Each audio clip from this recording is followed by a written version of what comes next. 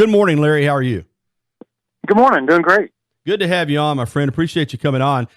In the interest of full disclosure, we had quite a conversation about your article yesterday. In fact, I read the entire piece word for word because I didn't want to take anything out of context, and then it was discussed on the afternoon show here with Ryan Fowler, The Game. It's interesting to say the least. Obviously, if you're an Alabama fan, you probably take exception, as you would guess, with some of the points in the article. If you're a Clemson fan, I'm sure you're eating it up. But just talk about this particular story. You visited with a mutual friend, Bill King, in regards to some of the information and how you came to this conclusion. And I guess that was Bill King's words, but that Nick Saban is violently upset with what happened in that national championship game. Yeah, I mean, I don't think that it's. I don't regard it as a great leap to think that Nick Saban is very preoccupied with how to contend with the program that beat them by 4 touchdowns a few months ago. And you're right. I didn't.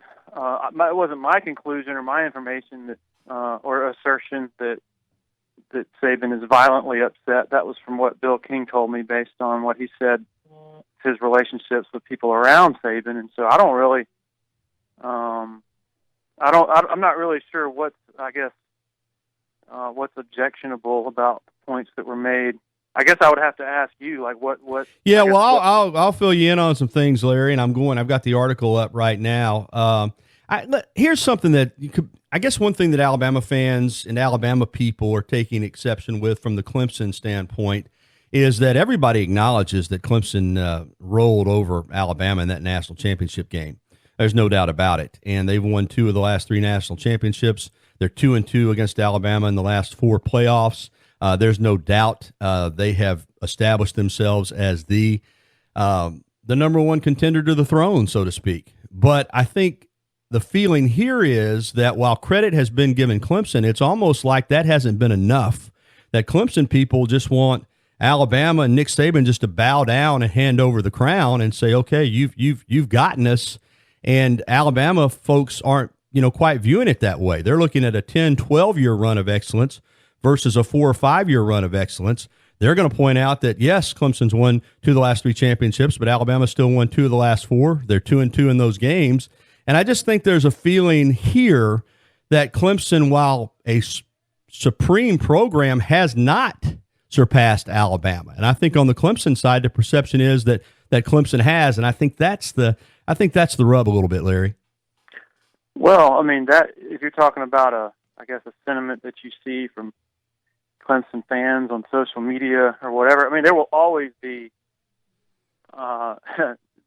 very enthusiastic and entrenched beliefs when something that is fanatically followed as this, and you have 2 programs that are going back and forth. I mean, that's just going to happen. And I mean, I would.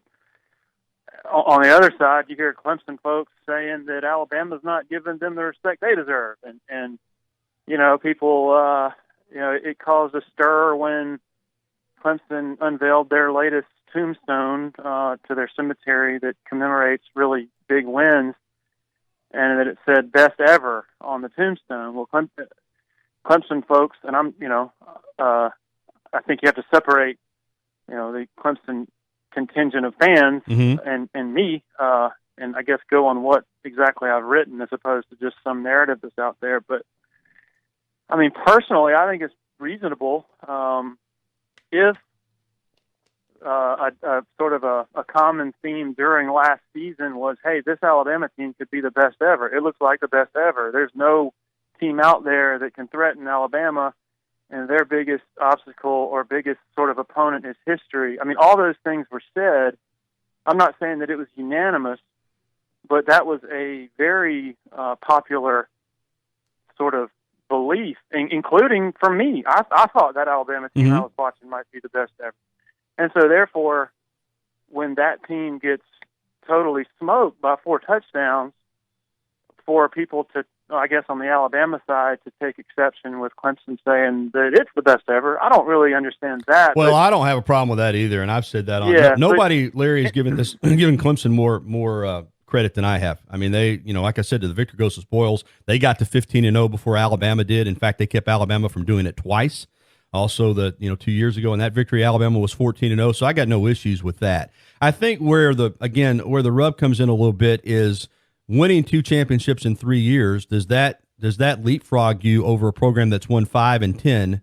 That's been in the hunt for a national championship going into November since the 2008 season. I don't think it does. I think Clemson winning 2 of 3 is an amazing accomplishment. But to say that that's a dynasty, I'm not. And I know you've got the book, how Dabo transformed Clemson football into a dynasty. I don't think Clemson's a dynasty yet, Larry. That's just my opinion. I don't think 2 in 3 years, because this program, going back in time, has won 2 in 3 years, several different occasions. I think a dynasty, you got to do it over 8, 10, 12-year period. And I think that's where there's a difference in how the programs are viewed by the fan bases. I don't think Alabama fans view Clemson as a dynasty yet because they've won 2 of the last 3. Your take on that? Well, that's fine. I mean, and that's, again, fans are going to argue back and forth over that. And just to be clear, the premise of the article, and nowhere in the article did I say Clemson has permanently surpassed Alabama, or that what Clemson has done in the last 3 years eclipses what Alabama has done since 2009. I mean, that's not what I'm saying at all. But I think that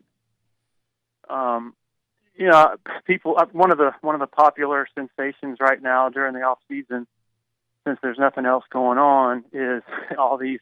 When one guy in Charleston or wherever comes out with his SEC or ACC or combined SEC-ACC rankings and puts Dabo number 1 ahead of Nick Saban, it causes a stir. Sure. I guess because there's nothing else going on primarily. I just don't see how that matters. And honestly, if you're coming out with a ranking of teams right now, like for the 2019 season, do you account for what happened in 2011, 2012? Like, does that broad body of work really factor into a ranking of teams right now? No, it absolutely doesn't. And so, if I'm ranking, I'm not going to argue with somebody who ranks Nick Saban number 1. I'm also not going to argue with somebody who ranks Dabo number 1, primarily because I just don't care. It's somebody's opinion. I think you could make convincing arguments from both sides. And if I'm ranking a head coach, if I have a list of head coach rankings right now, I'm thinking more in the present. Sure. I'm thinking more about Trevor Lawrence and all those receivers, and the elevated recruiting that Clemson has been on recently than I am, what was going on when A.J. McCarron and Taj Boyd were the quarterback. It's just, I'm not saying that Alabama, that their overall body of work under Saban isn't stupendous. I mean, it's unbelievable what that man has done and what he continues to do in the face of so many elements that would drag most other programs down. The coaching turnover, first and foremost, but also keeping the chip on the shoulder of a group of players in a group of 18 to 22-year-olds in the wake of high achievement. That is one of the hardest things to do in sports, and I think both Saban and Dabo have done an excellent job of that. And honestly, if we were talking about Southern Cal and Oklahoma, for example, like let's say they were the 2 programs that had amassed 55-4 records over the last few years and had been at the top and faced each other in the national title game as many times as they have. I mean, I can see how you would say, okay, there's only one dynasty, I guess, but I view this as, at present, as more of a dual dynasty, primarily because I see this continuing. I don't think this is over, and I can see them continuing to go back and forth. I mean, identical 55-4 records, and then the 2-2 in the championship. In the playoff.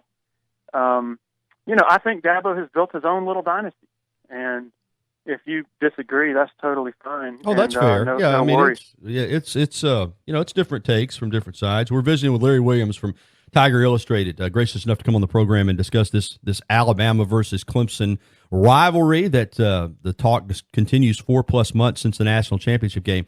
I do when we got somebody a caller that wants to ask you a question here. Obviously, time is an issue, but I do want to get this line in the story that I read yesterday. They got some people worked up just a little bit, and ACC versus SEC, we hear it all the time, but.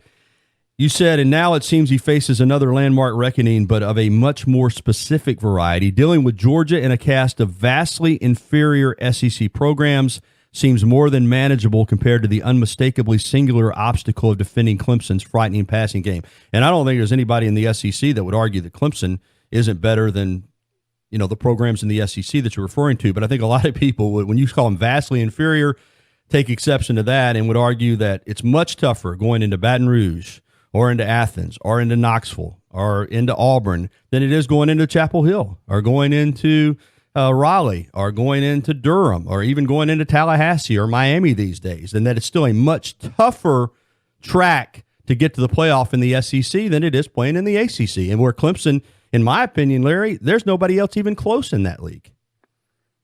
I don't think, what I wrote was that Alabama's SEC opposition is vastly inferior to Alabama.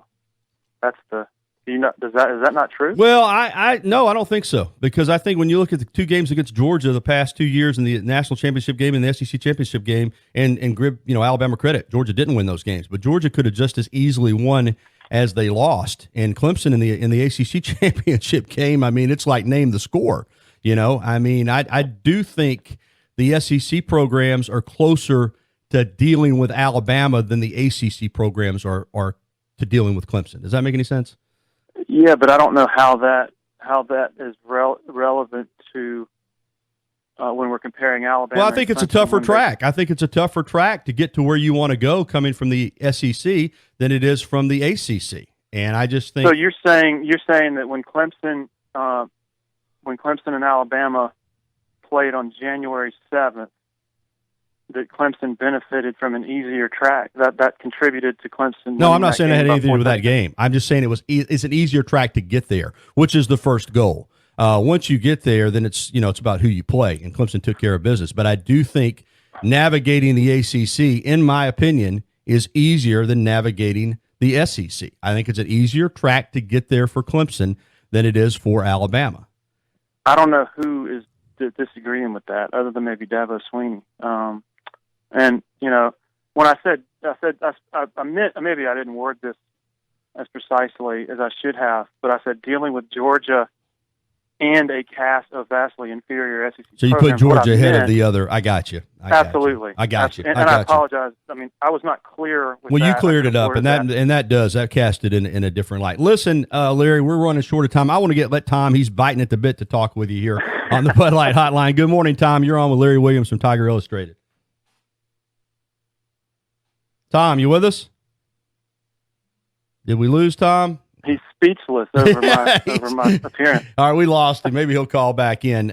We do appreciate you spending some time with us. All right, Larry.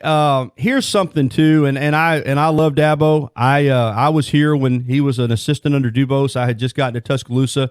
Very likable guy, and what he's done at Clemson, I don't think anybody would have envisioned it. Even people that knew him from Tuscaloosa.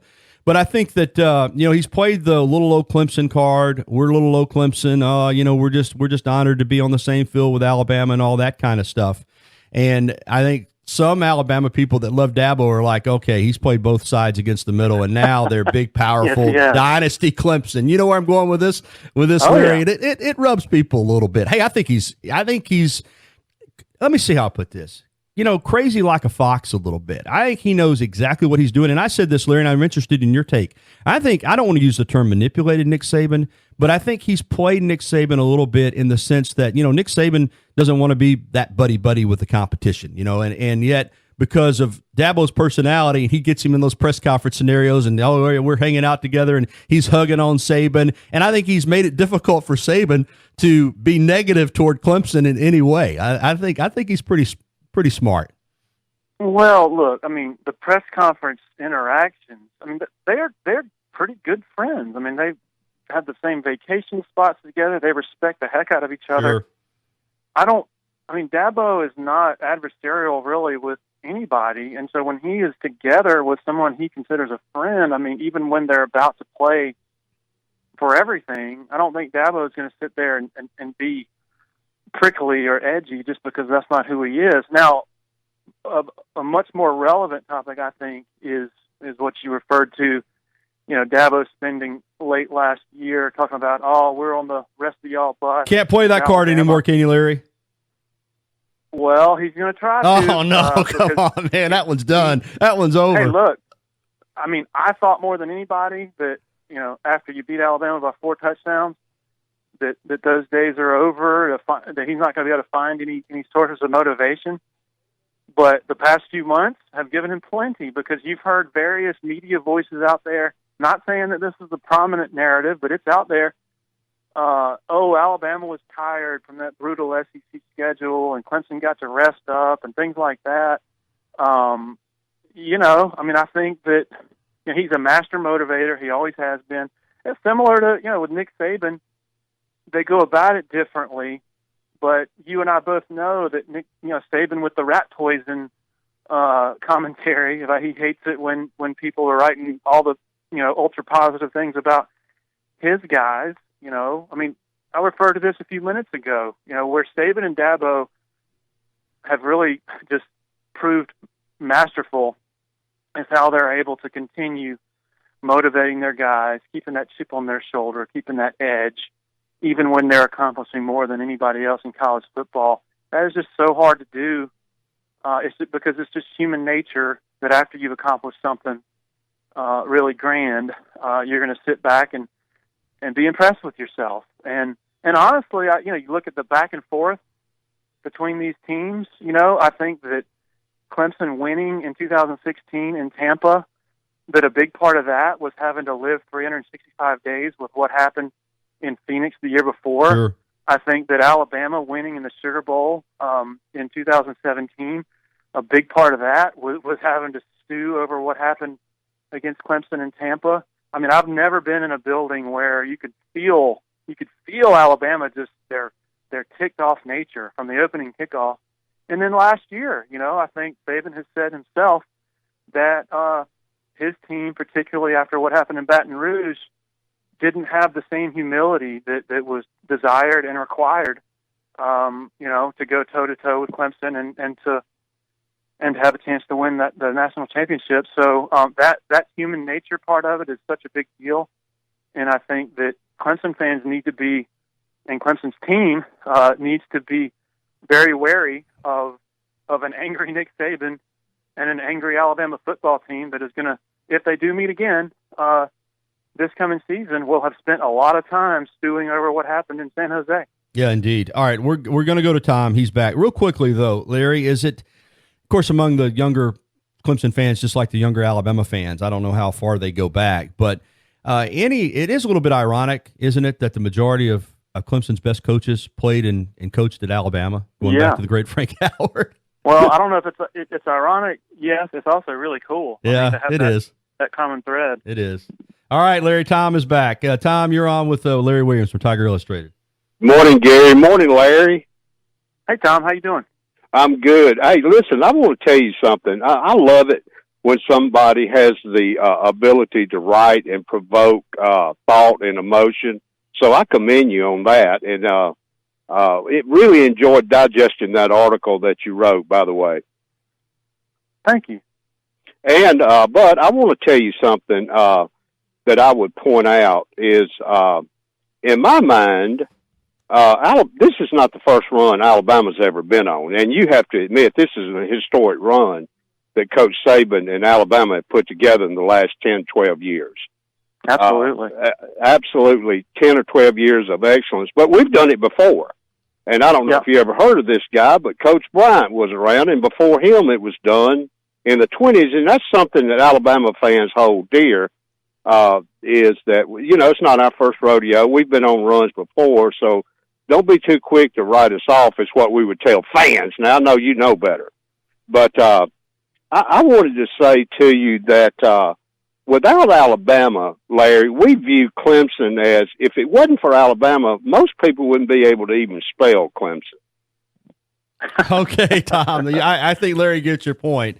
Has Alabama... all in respect, Larry. I got you, Tom. Has all right, buddy. Enjoyed it. Thank you for the article. Yeah, thank you, Tom. Has beating Alabama, I would say winning 2 national championships in 3 years, regardless of who you beat, but is it being the fact that it's Alabama made Clemson more relevant? Well, I mean, I think that's what he's trying to say, that it's not just winning 2 national championships in 3 years, but it's beating Alabama to do it when they have been on the run, arguably as the greatest dynasty in college football. Well, look, I mean, let's be honest. Had Clemson beaten Ohio State and Georgia in the national championship 2 out of the last 3 years, I think Clemson would still be a very prominent program. And honestly, if Alabama weren't there, and Alabama fans could say the same thing about if Clemson weren't there at the top. Yeah, they'd be winning them all. Their dynasty would be even more pronounced. But if Clemson were by itself, I find it hard to believe that Clemson wouldn't be as prominent as they are, and that their prominence they owe to Alabama. But yes, I mean, Alabama has been the standard. Alabama, if you're looking in the long view of the last 10 years, remains the standard. And so, sure, that's reasonable to say. Now, does Clemson need to thank Alabama for the nation knowing how to spell Clemson now? No, I don't think so. It's not that difficult. All right, Larry, outstanding conversation. Real quickly, I'm just curious, when 2008 started out with so much promise, and I guess Alabama's victory over Clemson in Atlanta kind of led to the beginning of the demise for Tommy Bowden, and Dabo was slid in as the interim and then was made the permanent head coach. I know he was already liked by Clemson people. Did anybody, media, fans, have any thoughts or inkling that he was going to do what he has done there, make history as the Clemson head coach?